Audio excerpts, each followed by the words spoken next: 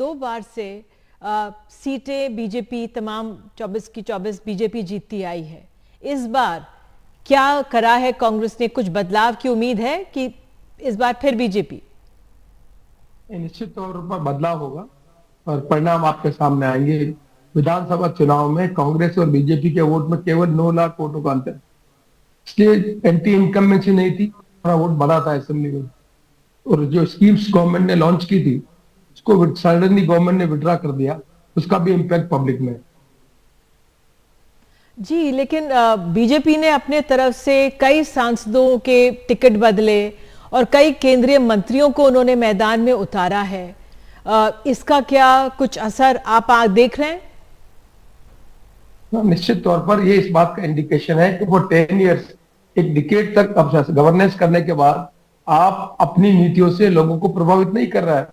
इसलिए anti incumbency को reduce करने के लिए आप सोच रहे हैं कि कैंडिडेट के विड्रा करने से हम इसको कर लेंगे, लेकिन वोट तो आप मोदी जी के नाम पे मांग रहे हैं, तो एंटी इनकम्बेंसी तो कैंडिडेट की होती नहीं है। जी, लेकिन आप ये भी तो देखिए ना सर कि आप भीलवाड़ा से चुनाव लड़ रहे हैं इस बार और किसी का वोट काट के आपको मतलब दिया गया ये टिकट। भीलवाड़ा का आपका चुनाव का क्या आंकलन, आपका कैसा गया? क्या आपको लगता है भरपूर समर्थन आपको संगठन से मिला? जो इशू है, मैं 2009 में यहाँ का सांसद चुना गया, तब मैंने पब्लिक को यह विश्वास दिलाया था कि मैं ड्रिंकिंग वाटर की समस्या का निदान करूंगा। आप जानकर आश्चर्य करेंगे, यहाँ ट्रेन से पानी आता था, गांव में पीने के पानी के लिए गर्मी में माताओं बहनों को 3-3, 4-4 किलोमीटर तक जाकर पानी लाना पड़ता था। यहाँ फ्लोराइड था। मैं 2009 में यहाँ के मतदाताओं ने मुझे सांसद बनाया और मैंने कहा कि यदि मैं पानी की समस्या का निदान नहीं करूंगा तो मैं दोबारा सांसद का चुनाव लड़ने नहीं आऊंगा। मैं उनके आशीर्वाद से मुझे सांसद भी बनने का मौका मिला और भारत सरकार ने मेरे नेतृत्व में मुझे मंत्री भी बनाया।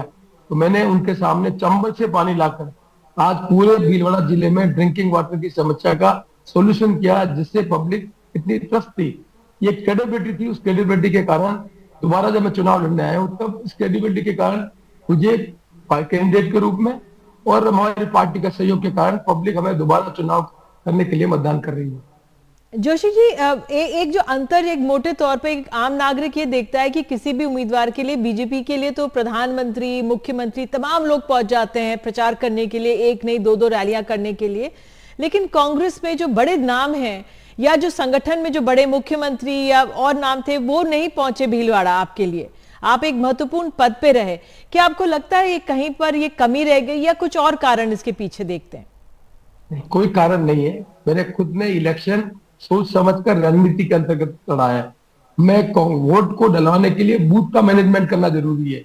बूथ के मैनेजमेंट में कांग्रेस को मोटिवेट करके वोट को, बूथ के वर्कर को आइडेंटिफाई करना है, फिर बूथ के वर्कर के माध्यम से जनता को जाकर मतदान के लिए प्रेरित करना है।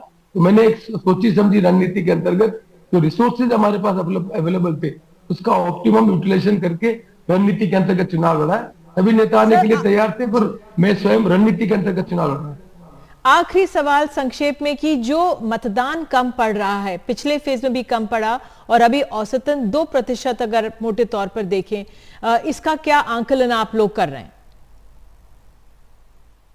2 कारण। एक आकलन, जो गवर्नमेंट ऑफ द डे है उसके खिलाफ लोगों में एंथुसियाज्म नहीं है, इसलिए लोग जो सरकार की एक उत्साह होना चाहिए, 2014 में था, 2019 में था, वो उत्साह आज नहीं है।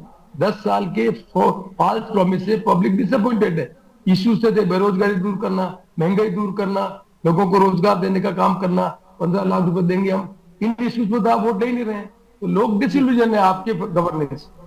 जी, आप हमारे साथ जुड़े सीपी जोशी जी, बहुत बहुत धन्यवाद समय निकालने के लिए आज के दिन। बहुत बहुत धन्यवाद।